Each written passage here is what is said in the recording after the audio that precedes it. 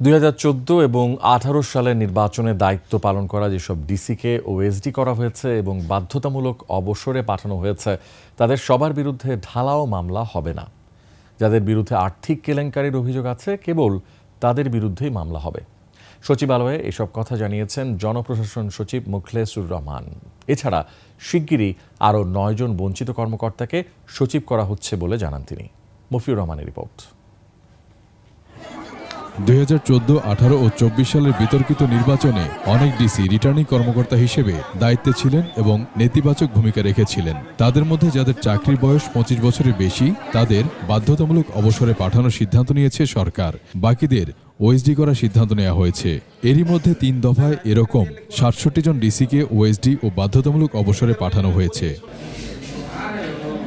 রোববার জনপ্রশাসন সচিব জানান, ঢালাও মামলা নয়, যাদের বিরুদ্ধে আর্থিক কেলেঙ্কারির অভিযোগ আছে তাদের বিরুদ্ধেই মামলা হবে।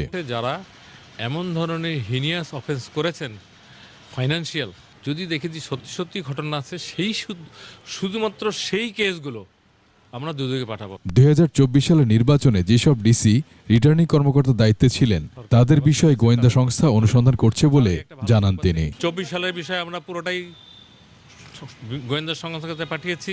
24 সালেরগুলো আসবে, আমরা বিবেচনা করব বায়াসড অথবা কোনো আমরা যেটাকে বলি কোনো কিছুর বশবর্তী হয়ে কোনো সিদ্ধান্ত হবে না।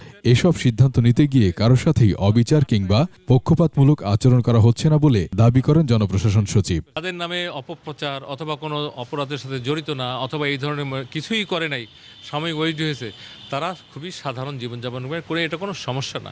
এদিকে এতদিন বঞ্চিত বিবেচনায় 9 জন অতিরিক্ত সচিবকে শিগগিরই সচিব হিসেবে পদোন্নতি দেওয়া হচ্ছে বলে জানান তিনি। 9 জন সচিব under pipeline. Mofiur Rahman, 21 television, Dhaka.